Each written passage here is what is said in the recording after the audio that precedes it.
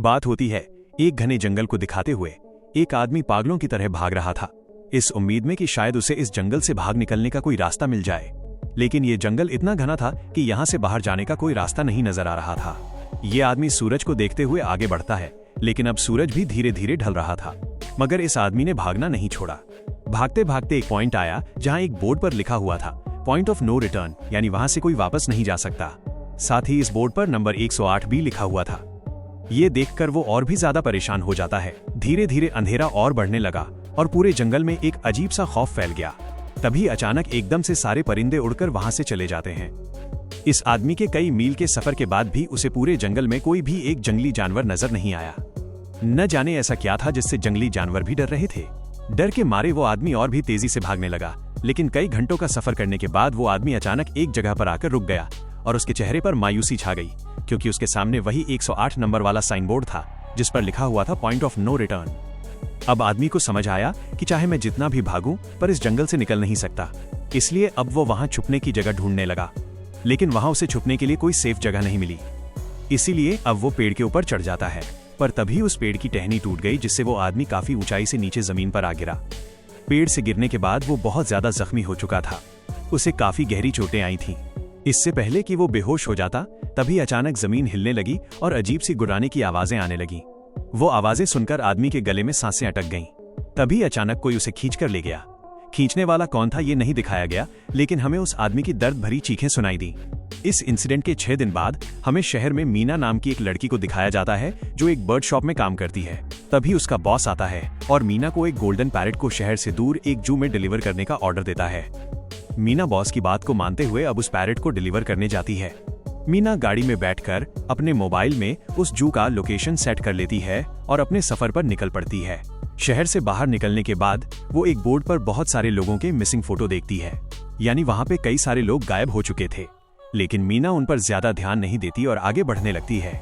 आगे बढ़ते दौरान मीना शॉर्टकट लेते हुए जंगल के रास्ते से गुजरती है ताकि वो जल्दी से इस पैरेट को जू तक डिलीवर कर दे, और वो पहुंच गई जंगल के बीचों बीच। यह वही जगह है जहां हम पहले एक आदमी को गायब होते देख चुके हैं। वहां आकर मीना बुरी तरह से फंस चुकी थी। वो अपने मोबाइल पर मैप देखती है, लेकिन वहां मोबाइल के सिग्नल नहीं आ रहे थे और उसकी कार का रेडियो भी काम नहीं कर रहा था। मीना अब वहां से वापस निकलने लगी, लेकिन अब उसे वहां से बाहर निकलने का रास्ता समझ नहीं आ रहा था। थोड़ी देर बाद मीना की गाड़ी भी खराब हो गई। मीना गाड़ी से बाहर निकलती है और उसे सामने लगा हुआ वही पॉइंट ऑफ नो रिटर्न वाला बोर्ड दिखाई देता है। मीना को कुछ समझ नहीं आता, इसीलिए वो पैरेट के पिंजरे को हाथ में लेकर आसपास मदद ढूंढने आगे चली जाती है, लेकिन वहां आसपास किसी भी मदद का नामो निशान तक नहीं था। उसके बाद वो वापस उस जगह पर लौट आती है जहां उसने अपनी गाड़ी खड़ी की थी, लेकिन वहां से उसकी गाड़ी गायब हो चुकी थी। ये देखकर वो बहुत ज्यादा परेशान हुई। उसे लगा कि शायद वो उस जगह पर नहीं आई है जहां उसकी गाड़ी खड़ी थी, बल्कि ये किसी दूसरी जगह पर आ गई है और उसकी गाड़ी कहीं दूसरी जगह में खड़ी है, क्योंकि इस जंगल का हर एक पॉइंट एक ही जैसा दिखाई देता था। अब अंधेरा भी गहरा होता जा रहा था। एकदम से पहले की तरह ही सभी परिंदे इन पेड़ों से उड़ जाते हैं। मीना को अब डर लगने लगा था, क्योंकि जमीन भी जोर जोर से हिल रही थी। मीना को वहां आसपास किसी के होने का एहसास होता है। तभी अचानक मीना को दूर किसी का साया नजर आया।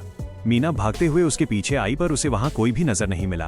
तभी अचानक मीना को एक बूढ़ी औरत भागते हुए दिखाई दी।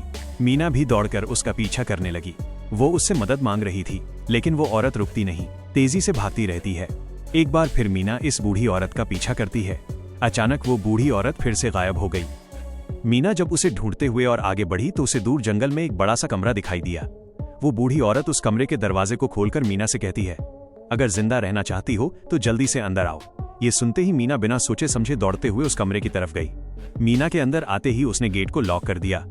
मीना देखती है कि ये कोई अजीब सा कमरा है जिसमें एक बहुत बड़ा सा मिरर लगा हुआ था। उस बूढ़ी औरत के साथ यहाँ 2 और लोग भी थे। मीना घबराकर उन लोगों से पूछती है, ये कौन सी जगह है? इस पर उस बूढ़ी औरत ने जवाब दिया कि इस जगह को हम द कोब कहते हैं। मेरा नाम है मैडलिन, ये लड़की है कियारा और इस लड़के का नाम है डैनियल। बूढ़ी औरत मीना से कहती है कि अभी बातचीत का वक्त नहीं है, तुम जल्दी से हमारे साथ मिरर के सामने खड़ी हो जाओ, क्योंकि कोई हमें देखने आने वाला है। मीना पूछती है, आखिर हमें कौन देखने आ रहा है? तो वो बूढ़ी औरत उससे कोई जवाब नहीं देती। एकदम बाहर से अजीब सी आवाजें आने लगी। मीना डर के मारे पूछती है कि ये आवाज किस चीज की है। तो कियारा मीना को बताती है कि इन्हें हम वॉचर्स कहते हैं। वे शीशे के दूसरी ओर से हमें देख रहे हैं, पर हम उन्हें नहीं देख सकते। वे हर रात सूरज ढलने के बाद यहाँ आते हैं और हमें देखते रहते हैं जब तक सुबह का सूरज नहीं निकल आता। तभी शीशे के दूसरी तरफ से शोर आने लगा। मीना पूछती है, ये शोर कैसा है? उस बूढ़ी औरत ने बताया कि वॉचर्स तुम्हारे आने से खुश हैं, तुम्हें यहाँ देखकर तालियां बजा रहे हैं। मीना बुरी तरह से कंफ्यूज थी। वो जल्द से जल्द यहाँ से निकलना चाहती थी। मैडलिन जिन्हें वॉचर्स कह रही थी, न तो अब तक मीना ने उन्हें देखा और न ही किसी और ने देखा था। रात गुजर जाती है। सुबह होने पर ये लोग उस जगह से बाहर निकल आते हैं। मैडलिन बताती है कि वे वॉचर्स सिर्फ रात में ही बाहर निकलते हैं। दिन के वक्त हम लोग जंगल में आजाद घूम सकते हैं। मीना रात भर यही सोच रही थी कि कब सुबह होगी और जल्दी से मैं इस जंगल से बाहर निकल जाऊं। इसीलिए वो फौरन जंगल से बाहर निकलने का रास्ता ढूंढने लग जाती है। तब मैडलिन बाकी सबको उसे रोकने से मना कर देती है, जैसे कि वो जानती हो कि मीना इस जंगल से बाहर नहीं निकल सकती और वो जरूर वापस आएगी। बस मीना को जाते हुए मैडलिन बताती है कि तुम्हारा ये फैसला अच्छा नहीं है। इस जंगल से बाहर निकलने का कोई रास्ता नहीं है। रात होने से पहले हमें इस घर में वापस आना पड़ता है। अगर तुम लेट हो गई तो तुम अपनी जान से हाथ धो बैठोगी। मीना किसी की बात नहीं सुनती और अपने पैरेट को लेते हुए तेजी से आगे बढ़ती है। थोड़ा सा आगे बढ़ने पर उसे वही पॉइंट ऑफ नो रिटर्न वाला साइन दिखाई देता है। उसे देखकर वो घबरा तो गई, लेकिन उसने हिम्मत नहीं हारी और सूरज को देखकर सूरज की डायरेक्शन में आगे बढ़ती रही, पर जंगल से निकलने में कामयाब नहीं हो सकी। आगे चलकर रास्ता ही खत्म हो गया। मीना ने देखा कि वो एक पहाड़ के टॉप पर खड़ी है, जहां से आगे दूर दूर तक जंगल के सिवा कुछ भी नहीं था। इसीलिए वो मायूस होकर नीचे बैठ जाती है। तभी अचानक उसके कंधे पर किसी ने हाथ रखा। वो डर गई और जब उसने पीछे मुड़कर देखा तो वो बूढ़ी औरत मैडलिन थी। यहाँ मैडलिन उसे हौसला देती है और कहती है कि सिर्फ तुम ही नहीं जिसने यहाँ से निकलने की कोशिश की और हार गई। हम भी तुम्हारी तरह ही हार कर यहाँ रुके हैं। यहाँ से बाहर निकलने का कोई रास्ता नहीं है। चलो मैं तुम्हें कुछ दिखाती हूँ। मैडलिन मीना को जंगल की तरफ लेकर जाती है। मैडलिन मीना से कहती है, ये जंगल एक शिकारी है और हम सब उसका शिकार। अगर जिंदा रहना चाहती हो तो हमारे साथ ही रहो। मैडलिन उसे पॉइंट ऑफ नो रिटर्न वाले काफी सारे साइन बोर्ड दिखाती है, जो कि जंगल के चारों तरफ गोल घेरे में लगे थे और उनके बीच में था उनका कमरा। मैडलिन बताती है कि ये हमारे घर से आधे दिन के फासले पर लगे हैं। अगर इससे आगे गई तो वापस लौटना मुश्किल हो जाएगा, इसलिए कभी भी ये तुम्हें नजर आए तो तुम इन्हें इग्नोर मत करना। मीना पूछती है, ये सब किसने बनाया? तो वो जवाब देती है, ये एक प्रोफेसर ने बनाया है, लेकिन अब तक उसे किसी ने देखा नहीं है। अब रात हो जाती है। ये लोग वापस उस घर के अंदर आ जाते हैं। हर रात वॉचर्स उन्हें देखने के लिए आते थे। आज कियारा नामी लड़की उनके सामने डांस करती है और कहती है कि ये सब उन्हें पसंद है। ऐसा नहीं था कि इन चारों को हर रात वॉचर्स के सामने खड़ा ही रहना पड़ता था। ये लोग जो चाहते वो कर सकते थे, बस ये लोग उनकी तरफ अपनी कमर नहीं कर सकते थे। ऐसा करने पर वे लोग बहुत ज्यादा गुस्सा हो जाते थे। रात में तो उन्हें सिर्फ वॉचर्स का मसला था, लेकिन दिन में भी उन्हें बहुत मुश्किलों का सामना करना पड़ता था। ये लोग जंगल से हर रोज अपना पेट भरने के लिए कुछ न कुछ शिकार करके लाते थे, जिससे उनका गुजारा हो जाए। अगले दिन कियारा और मीना दोनों जंगल में शिकार करने जाती हैं। मीना कियारा से पूछती है कि आखिर ये वॉचर्स चाहते क्या हैं। कियारा बताती है, मुझे भी कुछ खास नहीं पता। लेकिन मैडलिन कहती है कि ये वॉचर्स हमें देखते हैं, हमें ऑब्जर्व करते हैं, लेकिन अगर हमने वॉचर्स को देखा तो हम पागल हो जाएंगे, क्योंकि वॉचर्स बहुत ही खुखार दिखते हैं। कियारा अब उसे एक गड्ढा दिखाती है और कहती है, ऐसे बहुत से गड्ढे इस जंगल में मौजूद हैं। दिन के वक्त सारे के सारे वॉचर्स उन गड्ढों में रहते हैं और रात में वे यहाँ से बाहर निकल आते। दिन के वक्त ये लोग इसलिए बाहर नहीं आ सकते क्योंकि सूरज की रोशनी उनकी स्किन जलाती है। कियारा मीना को बताती है कि वो 5 महीने पहले अपने पति के साथ इस जंगल में आई थी और तब से वे दोनों यहाँ फंसे हुए थे। पर आज से 6 दिन पहले मेरा पति जंगल में रास्ता ढूंढने निकला है। मुझे उम्मीद है कि वो जरूर वापस आएगा और हम सबको यहाँ से सेफली ले जाएगा। यहाँ हमें मालूम होता है कि असल में कियारा का हस्बैंड वही आदमी था जिससे हमने मूवी के स्टार्ट में देखा था, जिसे कोई यहाँ से खींचकर ले गया और अब वो मारा जा चुका है। इस तरह से बातें करते हुए ये दोनों कमरे के पास वापस लौट आए। यहाँ मैडलिन ने मीना को 3 रूल समझाती है जिंदा रहने के लिए। 1, वो रात के वक्त घर का दरवाजा नहीं खोलेगी। 2, रात में वो आईने की तरफ अपनी कमर नहीं करेगी। 3, दिन के वक्त वो उन गड्ढों के पास नहीं जाएगी और जितना हो सके रोशनी में रहेगी। जब तक तुम इन रूल्स को फॉलो करोगी तब तक तुम जिंदा रहोगी। लेकिन मीना को मैडलिन की बातों पर बिल्कुल भी भरोसा नहीं होता। अब उस रात मीना इन वॉचर्स के बारे में जानना चाहती थी, इसीलिए वो शीशे के साथ कान लगाकर आवाजें सुनने की कोशिश करती है। जब उसे कुछ सुनाई नहीं देता तो मीना को मैडलिन की बताई गई वॉचर्स की बातें फेक लगने लगती हैं। इसलिए वो रूल्स को तोड़ते हुए अपनी कमर को शीशे की तरफ करके सो जाती है और ऐसा करने पर इन वॉचर्स को गुस्सा चढ़ जाता है। वे लोग जोर जोर से उस शीशे को मारने लग जाते हैं। शोर से मैडलिन भी उठ जाती है और वो जल्दी से मीना को शीशे की तरफ खड़े रहने को कहती है और तब जाकर वो वॉचर्स का गुस्सा शांत होता है। यानी जब इंसान वॉचर्स को अपनी पीठ दिखाते हैं तो वो उसे खुद की इंसल्ट मानने लगते हैं। ये रात भी गुजर जाती है और अगले दिन मीना डैनियल के साथ शिकार पर निकलती है। वो डैनियल से पूछती है, क्या आज तक तुमने किसी वॉचर को देखा है? जिस पर डैनियल ने जवाब दिया कि मैंने भी आज तक वॉचर्स को नहीं देखा और जो भी वॉचर्स को देखता है वो जिंदा नहीं बच पाता। तब मीना डैनियल को समझाती है कि मुझे लगता है कि ये सब मैडलिन की बनाई हुई कहानियां हैं जिसके अंदर वो हमें फंसा रही है। हमें जरूर उन गड्ढों को जाकर चेक करना चाहिए, शायद हमें यहाँ से बाहर जाने का कोई रास्ता मिल जाए। डैनियल भी यहाँ रहकर बहुत ज्यादा तंग हो चुका था और वो भी किसी तरह से रास्ता ढूंढकर इस जंगल से भाग निकलना चाहता था। इसलिए वो मीना की बात मान लेता है और वे दोनों गड्ढे के पास पहुंच जाते हैं। अब मीना अपने आप को रस्सी से बांधकर इस गड्ढे के अंदर उतरती है। रस्सी का दूसरा सिरा डैनियल ने पकड़ा हुआ था ताकि अगर मीना को कुछ भी हो वो जल्दी से मीना को बाहर की तरफ खींच ले। मीना नीचे गड्ढे में पहुंच जाती है जहां उसे बहुत सारा इंसानों का सामान मिलता है। मीना उस सामान को इकट्ठा कर लेती है। ये सारा सामान उन लोगों का था जो जंगल में वॉचर्स के शिकार हो चुके थे। डैनियल रस्सी के सहारे कैमरा, साइकिल और जरूरत के सारे सामान को बाहर ले आता है। मीना अब नीचे इंतजार करती है कि डैनियल कब रस्सी नीचे फेंकेगा और मैं ऊपर चली जाऊंगी। और इससे पहले कि मीना उस गड्ढे से बाहर निकल पाती, उसे गड्ढे के अंदर किसी के आने की हलचल सुनाई देती है। मीना जल्दी से डैनियल को रस्सी नीचे फेंकने की आवाज देने लगती है, लेकिन तभी मीना को पकड़ने के लिए एक वॉचर का हाथ बढ़ने लगता है। पर मीना धूप में खड़ी थी, इसलिए जब उस वॉचर के हाथ पर सूरज की रोशनी पड़ी तो उसका हाथ जलने लगा। इतने में डैनियल ने नीचे मीना के पास रस्सी फेंकी और मीना फौरन जल्दी से बाहर निकल आई। मीना पूरी तरह से डर गई थी। ये लोग उस सारे सामान को लेकर अपनी सेफ हाउस में आए, जहां मैडलिन ने उससे पूछा, ये सामान तुम्हें कहां से मिला? ये लोग झूठ बोल देते हैं कि ये सामान उन्हें इस जंगल से मिला। मैडलिन को इस जंगल में रहते हुए बहुत अरसा गुजर चुका था। वो जानती थी कि ये सामान उसे जंगल से नहीं बल्कि एक गड्ढे से मिला होगा। वो मीना से पूछती है, बताओ तुमने गड्ढे के अंदर क्या देखा? लेकिन मीना उसे कुछ नहीं बताती। ये लोग बहुत खुश थे कि आज रात ये लोग वॉचर्स को देख पाएंगे, क्योंकि मीना को गड्ढे के अंदर एक कैमरा मिला था। डैनियल किसी तरह जुगाड़ करके उस कैमरा को टीवी के साथ अटैच कर लेता है ताकि ये लोग भी टीवी पर वॉचर्स को देख सकें। मैडलिन बार बार उन्हें समझाती है कि ये तुम लोग गलत कर रहे हो, लेकिन ये दोनों उसकी एक बात भी नहीं सुनते। आज रात ये लोग वॉचर्स के इंतजार में बैठे थे ताकि उन्हें वो देख सकें, लेकिन काफी रात होने के बावजूद भी आज कोई वॉचर उन्हें देखने नहीं आया और अब कुछ देर बाद उनके साथ कुछ अजीब सा होने वाला था।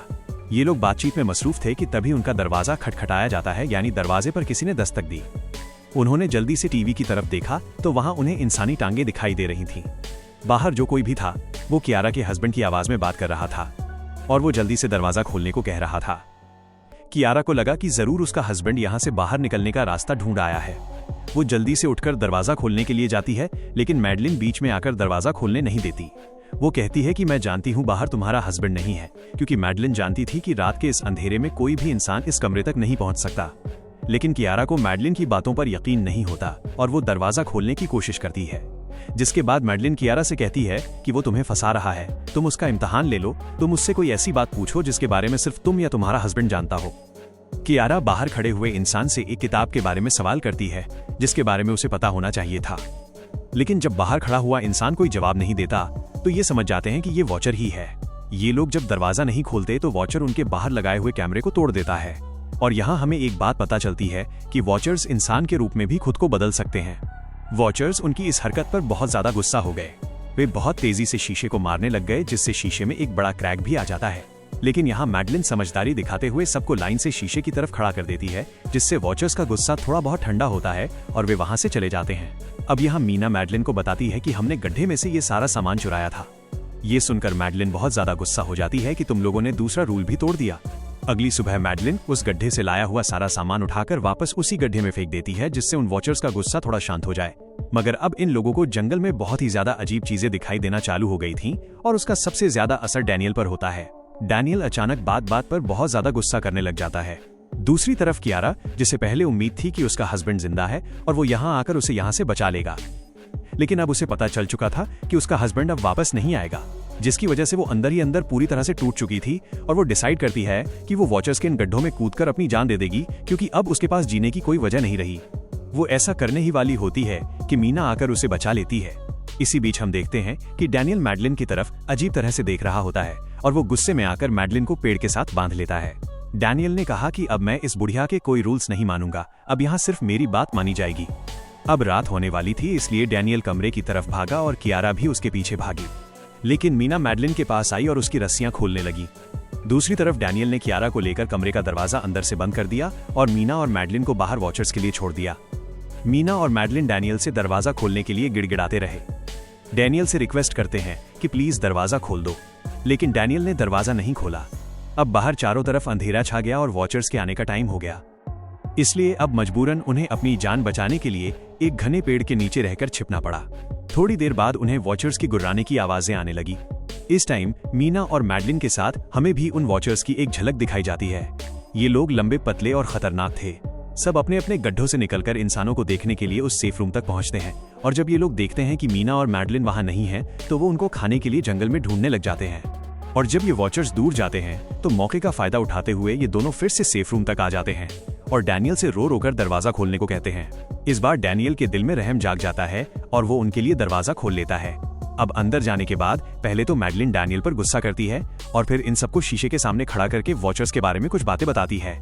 मैडलिन ने कहा कि अब तक हम बहुत से रूल्स तोड़ चुके हैं, इसलिए मुझे नहीं लगता कि इस बार वॉचर्स हमें माफ करेंगे। मैं तुम लोगों को वॉचर्स के बारे में कुछ सच्चाई बताना चाहती हूँ। दरअसल मैं जब यहाँ पहली बार आई थी तो मैंने कुछ ऐसा देखा जिससे मेरे होश उड़ गए। मैंने अपना ही एक डुप्लीकेट देखा। असल में वो एक वॉचर था जो मेरा रूप लेने की कोशिश कर रहा था। हालांकि उसकी आंखें और बाल बिल्कुल परफेक्ट नहीं थे। मीना ने पूछा कि आखिर ये वॉचर्स हैं क्या चीज, जिस पर मैडलिन ने जवाब दिया कि ये सारे क्रीचर्स फेरीज हैं जो किसी जमाने में इंसानों के साथ मिलकर रहते थे। फेरीज पंखों वाले एक जादुई जीव थे, लेकिन वक्त गुजरने के साथ इंसानों को फेरीज की शक्तियों से डर लगने लगा। इसीलिए इंसानों ने फेरीज को खत्म करने का सोचा। इंसानों की तादाद ज्यादा थी, इसलिए फेरीज इंसानों का मुकाबला नहीं कर पाए। इंसानों ने इन फेरीज को जंगल में एक बहुत बड़े गड्ढे के अंदर कैद कर लिया और उन्हें श्राप से हमेशा हमेशा के लिए इस गड्ढे में बंद कर दिया। उसके बाद फेरीज कई सौ सालों तक उस गड्ढे में कैद रहे, लेकिन फिर वक्त के साथ उन्होंने जमीन के अंदर खुदाई करके निकलने के रास्ते बना लिए। आज वही फेरीज वॉचर्स के रूप में गड्ढों से निकलकर हमारे सामने आते हैं। हालांकि कई सौ सालों तक जमीन के अंदर रहने की वजह से उन्होंने अपने पंख और जादुई शक्तियां खो दी और साथ ही उन्हें सूरज की रोशनी से तकलीफ होने लगी, लेकिन अब भी उनमें रूप बदलने की शक्ति है। इस पर डैनियल ने मैडलिन से पूछा कि ये वॉचर्स हमसे क्या चाहते हैं और ये हर रात हमें देखते क्यों हैं, जिस पर मैडलिन ने बताया कि ये वॉचर्स एक बार फिर से जंगल से निकलकर इंसानों के बीच रहना चाहते हैं, लेकिन अपने असली रूप में ये इंसानों के बीच नहीं रह सकते। इसीलिए उन्होंने हमें यहाँ रखा हुआ है ताकि हमें देखकर हमारा रूप ले सकें और हमसे आज के दौर के तौर तरीके सीखकर इंसानों के बीच रह सकें। मैडलिन ये सब बातें बता ही रही थी कि अचानक सभी वॉचर्स वापस लौट आए, और जब वॉचर्स को पता चलता है कि मैडलिन और मीना वापस अपने कमरे में आ गए हैं तो वो सब गुस्से से भड़क उठे और दरवाजा तोड़ने की कोशिश करने लगे।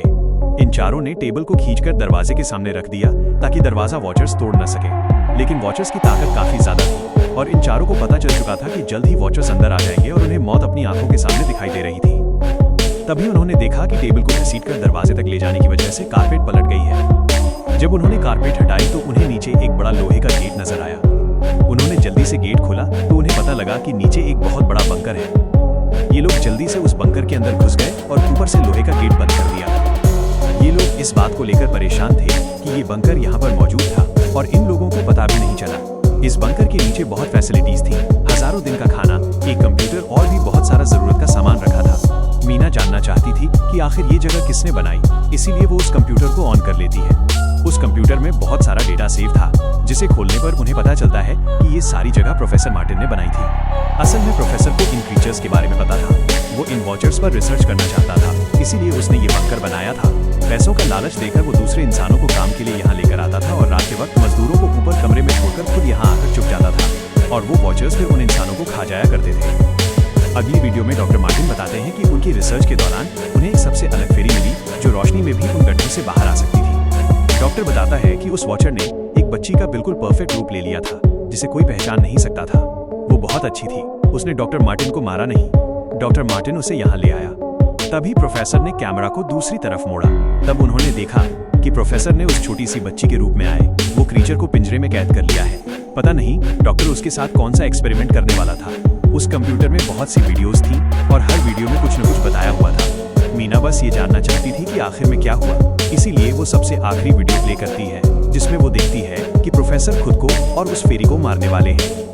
मरने से पहले वो इस जंगल में फंसे हुए लोगों के लिए यहाँ से निकलने का रास्ता बता देता है और कहता है कि शाम में जिस डायरेक्शन में परिंदे भागते हैं उस डायरेक्शन में भागने से वे लोग इस जंगल से निकल सकते हैं। उसने इस रिकॉर्डिंग मैसेज में कहा था कि अगर कोई इस जंगल से निकलने में कामयाब हो गया तो यूनिवर्सिटी में जाकर मेरी सारी रिसर्च तबाह कर देना।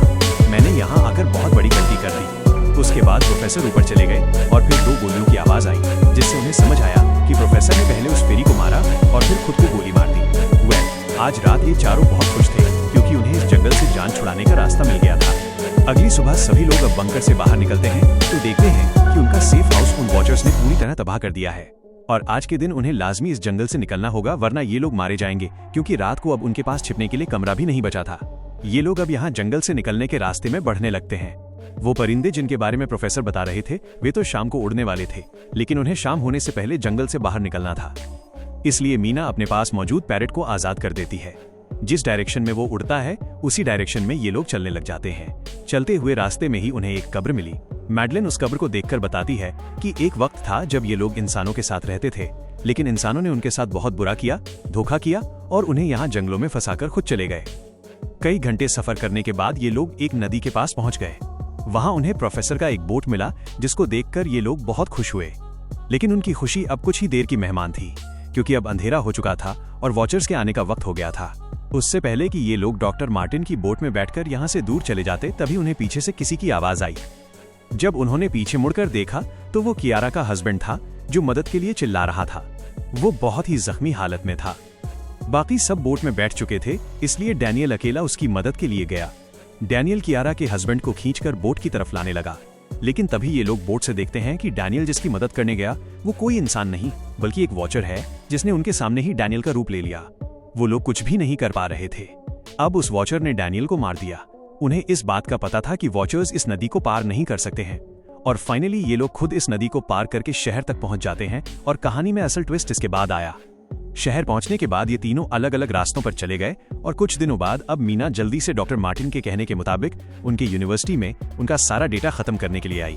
उससे पहले कि वो उनका रिसर्च डेटा डिलीट कर देती, तभी उसे वहां से एक टेप रिकॉर्डर मिला, और उस टेप रिकॉर्डर से मीना को एक नया राज मालूम हुआ। जब हजारों साल पहले इंसान और फेरीज एक साथ रहते थे तो तब उनकी शादी भी हुआ करती थी। इंसान और फेरी के मिलन से जो बच्चे पैदा होते थे उनमें इंसान और फेरी दोनों के गुण होते थे। उन्हें हाफलिंग्स कहा जाता था। उन हाफलिंग्स में एक खासियत थी कि वे रूप बदलने में इतने माहिर होते थे कि वे किसी मरे हुए इंसान का रूप भी बदल सकते थे। प्रोफेसर का मानना था कि जब इंसानों ने फेरीज को जंगल के अंदर गड्ढों में कैद कर लिया था, तब हाफलिंग इंसानों के बीच अपना रूप बदलकर चुपके से रहने लगे, और वो आज भी किसी न रूप में इंसानों के बीच मौजूद हैं। मीना जब प्रोफेसर के ऑफिस में आई और वहां पर जांचबीन करने लगी तो वहां उसके हाथ कुछ ऐसी तस्वीरें लगी जिसने उसके होश उड़ा दिए। उसने देखा कि तस्वीर में जो प्रोफेसर के साथ लेडी खड़ी है वो कोई और नहीं बल्कि मैडलिन है, और असल में मैडलिन प्रोफेसर की वाइफ है। वो कंफ्यूज हो जाती है कि मैडलिन ने उसे ये बातें क्यों नहीं बताई। इस भारी कंफ्यूजन को शेयर करने के लिए वो कियारा के पास आती है और उसे बताती है कि जिस मैडलिन से हम जंगल में मिले थे वो असल में प्रोफेसर मार्टिन की वाइफ है। लेकिन उसने हमें ये सच्चाई इसलिए नहीं बताई क्योंकि वो खुद एक इंसान नहीं बल्कि एक रूप बदलने वाली फेरी थी।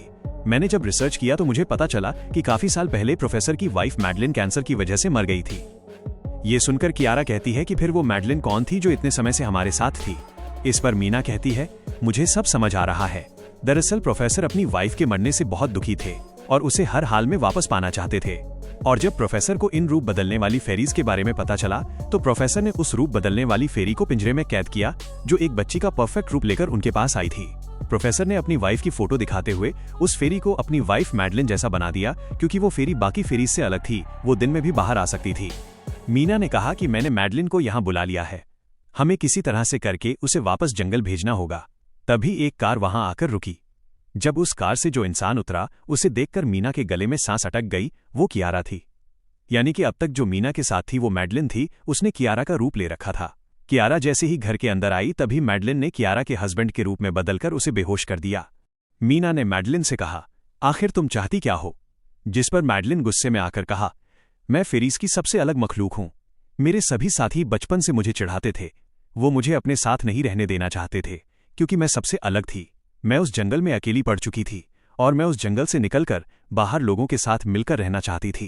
फिर एक दिन प्रोफेसर उस जंगल में आया। उसने मुझे पिंजरे में कैद कर लिया। उसने मुझसे कहा कि अगर मैं उसकी वाइफ का रूप ले लूं तो वो मुझे जंगल से बाहर ले जाएगा। मैंने उसकी बात मान ली। प्रोफेसर ने मुझे मैडलिन की सारी बातें सिखाईं और बाद में उस धोखेबाज प्रोफेसर ने मुझे मारने की कोशिश की, लेकिन उससे पहले कि वो मुझे मार पाता मैंने उसे ही मार डाला। तुम इंसान कभी भी भरोसे के लायक नहीं थे और नहीं रहोगे। अब तुम भी मेरी सच्चाई जान चुकी हो, इसलिए तुम्हें भी मरना होगा और तुम्हें मारने के बाद मैं तुम्हारे रूप में इंसानों के बीच रहूंगी। ये कहकर मैडलिन ने मीना का रूप ले लिया और उसका गला दबाकर उसे मारने लगी। तब मीना ने मैडलिन से कहा, क्या प्रोफेसर ने तुमसे ये नहीं कहा कि तुम क्यों दिन में निकल सकती हो? असल में तुम हाइब्रिड हो, आधी इंसान और आधी फेरी। इसीलिए तुम इंसानों और फेरीज के बीच रह सकती हो। मुझे पता है कि दुनिया में अकेले रहना कैसा होता है, लेकिन तुम अकेली हाफलिंग नहीं हो। तुम्हारे जैसे और भी हाफलिंग्स हैं जो किसी न किसी रूप में इंसानों के बीच रह रहे हैं। इस सच्चाई का पता चलते ही मैडलिन का शरीर अचानक अपने असली रूप में आने लगा। देखते ही देखते उसके पंख निकल आए, जिसके बाद वो मीना को यहीं पर छोड़कर यहां से उड़ जाती है। इसके बाद कुछ हफ्तों के बाद का सीन दिखाया जाता है, जहां मीना अपनी सिस्टर के साथ रहने लगी है। उसने अपनी सिस्टर को बताया कि शायद वो फेरी अभी भी मेरा पीछा कर रही है। तब मीना की सिस्टर उसे कहती है कि तुम डरो मत, ऐसा कुछ नहीं है। और कहानी के एंड में हम एक छोटी बच्ची को देखते हैं जो कि उस वक्त मीना के घर के नीचे खड़ी थी। ये कोई और नहीं बल्कि मैडलिन थी, जो अब उनकी दुनिया में उस रूप में रह रही है।